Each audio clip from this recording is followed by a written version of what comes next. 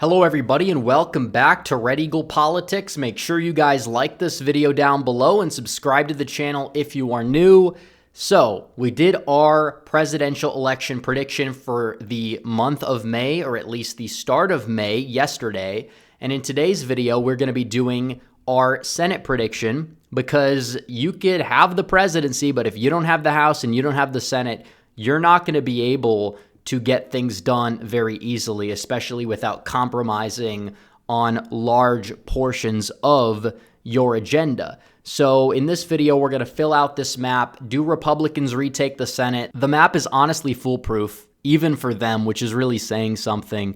But still, it's going to take 50 seats to have the Senate if Donald Trump is in the White House, and it would take 51 to have it. If not, ideally, you'd have a lot more than that in order to actually have a rhino-proof majority if you're Donald Trump to go out there and get things done. But nevertheless, we are going to fill this map out. But first, I have to tell you guys about our good friends over at My Patriot Supply, because it's no longer a question of if something is coming, it's when. The only shock will be the what. Your gut, your instincts, the feeling you've had that something disastrous is on the way.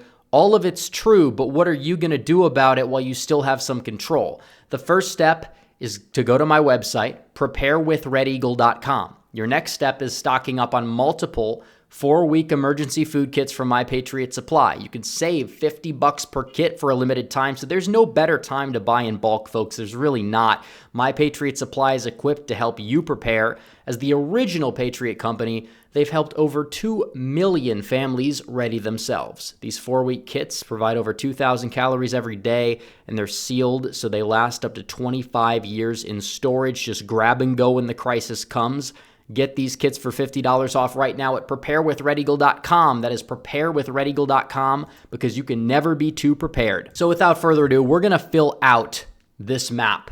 And we're going to start off with the safe Republican Senate seats, the seats that are going to go red by more than 10 points. So you have Wyoming, you have Utah, you have Nebraska, both Nebraskas, you have North Dakota, Missouri, Tennessee, Indiana, Mississippi, and West Virginia. Manchin is not running for re-election. That'll be an insta-flip, even though it seems as if Manchin was running, he still probably would end up losing by a safe margin, which is part of the reason why he's not indeed running.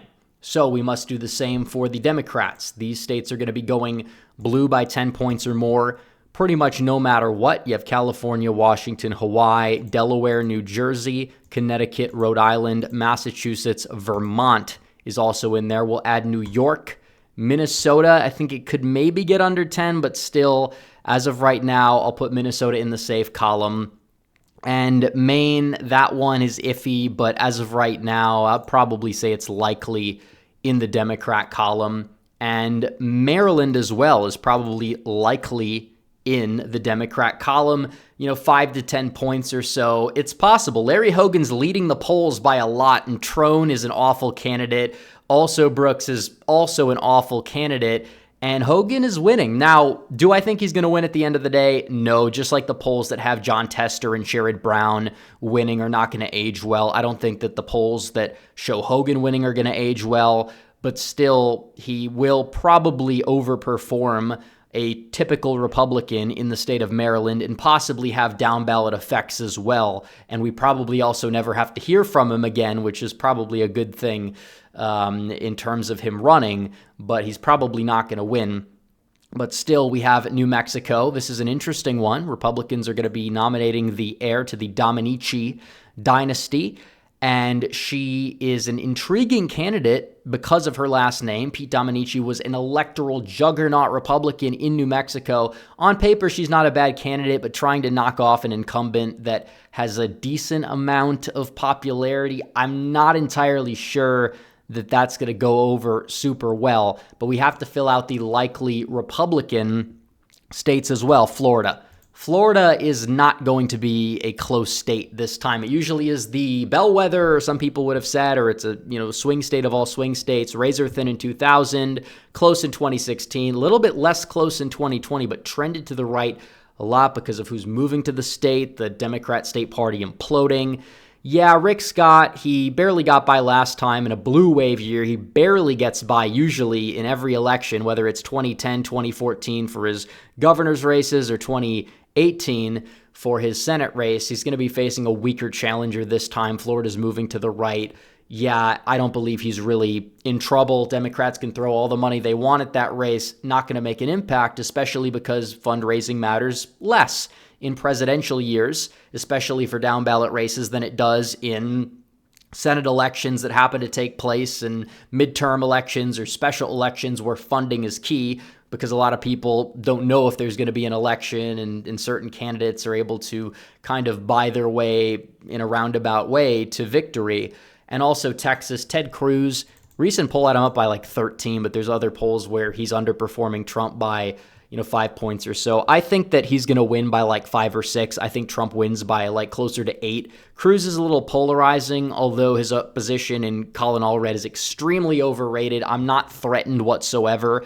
Democrats, again, are going to throw a bunch of money at this Senate race, and it's not going to get them anywhere. They're also going to be dumping a lot into Missouri, probably Tennessee, and that's basically money that's going to be in the incinerator because they're not going to be able to even come close to winning those races. Texas, on paper, Cruz may be the most vulnerable Republican incumbent, but still, Texas isn't really showing signs of being close at the top of the ticket this year, to the point where Cruz, he's probably going to win by more than what he won by in 2018, where he was kind of caught off guard, but you're not going to have Beto-mania this time around whatsoever. So we're going to be moving on to the lean states. We did the likely states, the states that go red from 5 to 10 points or blue from 5 to 10 points. Now we're going to do the lean states, the states that will be decided between 2 to 5% in either direction. So keep in mind, Republicans are already at 50. They don't have to do anything to retake the Senate if Donald Trump wins, which he's favored to do so. But still, nevertheless, they will likely expand their total. Most of these remaining seats are winnable for the Republicans, but I will say that the state of Ohio, I think that Bernie Moreno, he's probably going to win the state by several points. I don't think it's going to be a razor-thin election. Sherrod Brown is overrated. In 2006, he won in a great year for Democrats where there were a lot of reasons why, an insane wave year that we may never see the likes of ever again. And then in 2012, he basically ran in line with Obama's percentage against Josh Mandel of all people, and you had a right-wing third party that basically explained his entire overperformance. And in 2018, he basically ran against nobody, sacrificial lamb. They didn't really give Renacci a lot of money. He also didn't really try. His campaign was non-existent. And even then, Brown underperformed expectations. Moreno is somebody who has aligned himself with Trump. That helps you when Trump's on the ballot in Ohio. The people that wanted Dolan didn't necessarily seem to grasp that whatsoever, especially running up against a Democrat that has ties to the white working class areas that Trump does well in. Now, the same thing with Montana. There's so much dirt on Brown that will doom him. Just they'll play the ads of them calling for Trump's impeachment, saying that Trump and his supporters are racist or whatever. It's not a good look. They were able to get by against weak performances on the Republican side, but barely. And this time around, it's likely both fall short. You look at Ohio, you look at this state, these counties here, these are counties Brown won by like 20 points or so, at least in terms of Mahoning in 2018, but Trump flipped it. Vance even did better than Trump in some of these counties. I think Mahoning was the one. These are trending to the right really fast. I think that you will go out there and see Moreno. I'm not even going to say he's going to flip all of them. Maybe he doesn't flip Mahoning. Maybe he does weaker than Trump statewide. I think he does. But still, you talk about a very, very big change of pace from 2018 or 2012 because Trump's on the ballot. Same thing with Montana. This state voted for Trump by 16.4 points. Given the state of affairs right now, I think he likely takes the state by more. I think that that's a very good sign for Donald Trump and also Tim Sheehy. I wouldn't be surprised if both of these races were likely Republican in terms of the margins at the end of the day, but as of right now, we're going to keep them as lean Republican. But in terms of the lean Democrat states, we have Virginia, where Republicans are nominating a strong candidate in Hung Cao, But still, I think he's going to probably fall short. He's an overperformer. It's true, but maybe I'll have some positive down ballot effects. I still think that with Trump on the ticket beating Tim Kaine, who's been there for a while, I don't think he's going to get it done.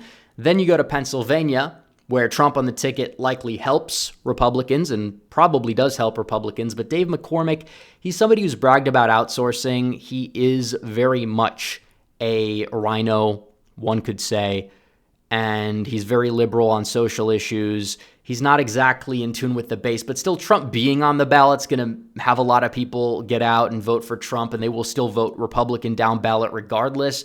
I think it could be close, but still, I will say that given the polling we've seen, I know McCormick will likely be well-funded, maybe a bit too well-funded given what McConnell said recently, which I hope is nothing more than a smokescreen.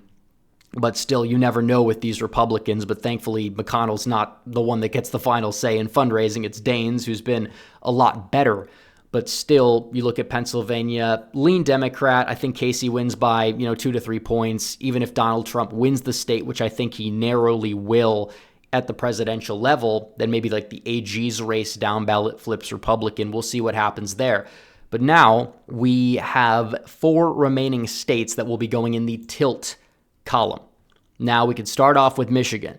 Donald Trump is favored in Michigan. I think he's going to win it as of now. Things could change, but not by a ridiculous margin. Some of those voters defecting from Biden are more ancestral Democrats. Even if they don't vote for Biden down ballot, they're probably going to vote more Democrat. Even if they're not voting for Trump, you still have the Green Party, Cornel West, RFK Jr., you name it. I don't think Trump's cracking 50 in Michigan. Mike Rogers, strong recruit from an electoral sense, but I still think Slotkin, despite kind of being a psychopath in many ways, is probably going to end up narrowly prevailing as of right now. Things can change. We'll see what polling shows. But yeah, this is a winnable race, and I think we'll change up Wisconsin.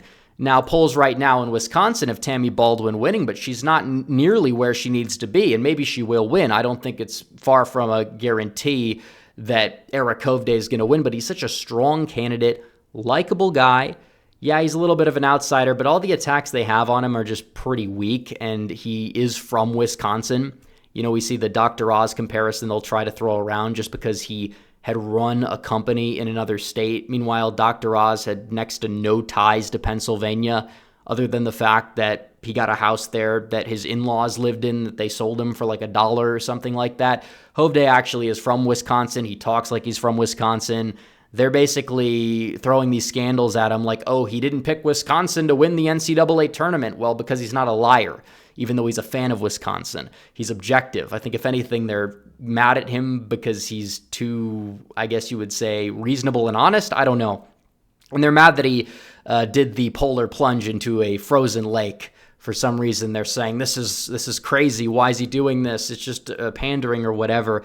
But you watch the video, you see what's going on. Likable guy, overperformer.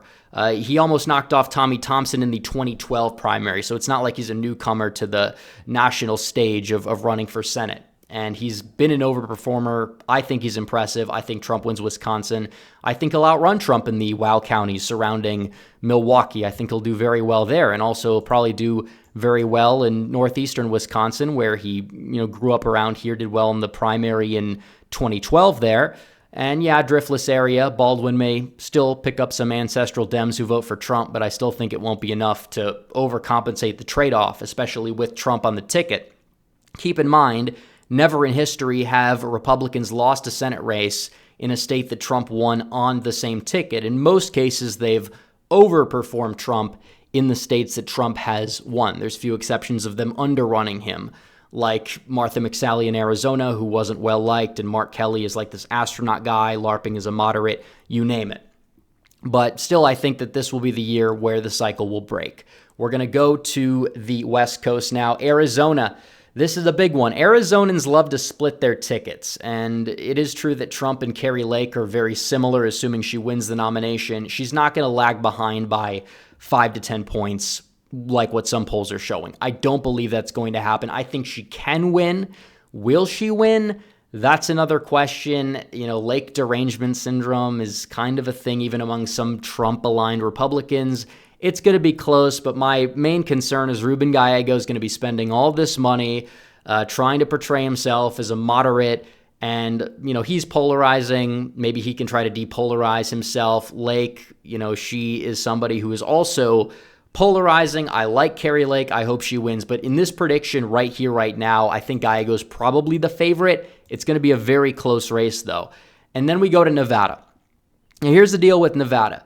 This is kind of a similar dynamic to 2022 because you have an incumbent in Jackie Rosen who, very much like Catherine Cortez Masto, is somebody who has low name recognition, kind of has a low profile, and probably will outspend her opponent. Now, we know that that's true. Laxalt got ridiculously outspent by Cortez Masto. He fell just short, and part of that was because of the Reno snowstorm, Republicans not voting early. Now it's a different dynamic unless you have the same snowstorm and less people vote early, but still more people are likely to vote for a presidential year. Higher turnout in Nevada, given trends, likely benefits Trump.